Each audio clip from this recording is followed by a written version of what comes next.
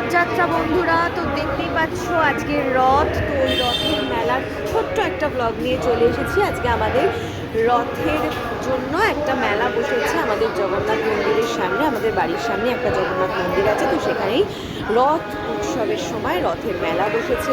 তো দেখতেই পাচ্ছ মন্দিরটাকে সুন্দর করে সাজিয়ে নিয়েছিল, সুন্দর বেশ ডেকোরেশনের কাজ চলছিল, সবাই রান্নাবান্না করছিল। তারপরে মেলাটা এখনও সেভাবে বসেনি। আমি মেলার আরেকটা ব্লগ নিয়ে তোমাদের কাছে শীঘ্রই আসতে চলেছি। এখন ছোট্ট করে একটু দেখে নাও।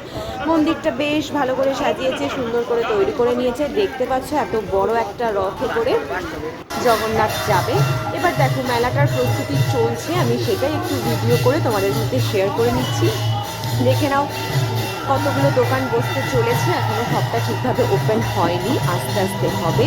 ক্রমশ প্রকাশ্য আমি তোমাদের সামনে প্রস্তুত করব। তো দেখতেই পাচ্ছ আমি মেলাতে টুকটাক হালকা ঘুরে নিচ্ছিলাম, আসলে ঘুরছিলাম না, আমি পড়াতে যাচ্ছিলাম, তো পড়াতে পড়াতে আর কি একটু ভিডিও করে নিচ্ছিলাম। দেখে নাও রথ উৎসবের সময় মেলা বসেছে আমাদের বাড়ির সামনে, ফার্স্ট টাইম, একটা এক্সাইটমেন্ট তো থাকবেই। তো মেলায় কী সব জিনিসপত্র আপাতত পাওয়া যাচ্ছিল সেইগুলোই তোমাদের সাথে একটু শেয়ার করে নিচ্ছিলাম। বেশ ভালো লাগে মেলায় ঘুরতে, আরও আস্তে আস্তে দেখতে পাবে। তারপরে দেখতে পাচ্ছ জগন্নাথ বলরাম সুভদ্রাকে খুব সুন্দর করে সাজিয়ে নিয়েছিল রথ উপলক্ষে, তাদের উৎসব বলে কথা, বেশ ভালো লাগছিল।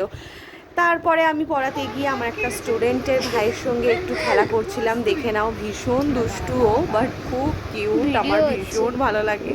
তো ওকে একটু চটকাচ্ছিলাম, ওকে একটু এক্সারসাইজ করাচ্ছিলাম, ওর সাথে খেলছিলাম, বেশ ভালো লাগছিল। দেখে নাও ভীষণ ফুচকেটা বড্ড কিউট, ওর সাথে খেলা করতে বেশ ভালো লাগে। প্রচণ্ড দুষ্টুও কিন্তু, দেখতেই পাচ্ছ। এবার আস্তে আস্তে তোমরা আজকে দেখতে পেলে আমি একটা রথের মেলার ছোট্ট ক্লিপস দিলাম, আস্তে আস্তে আরেকটা মেলার ব্লগ তো দিতেই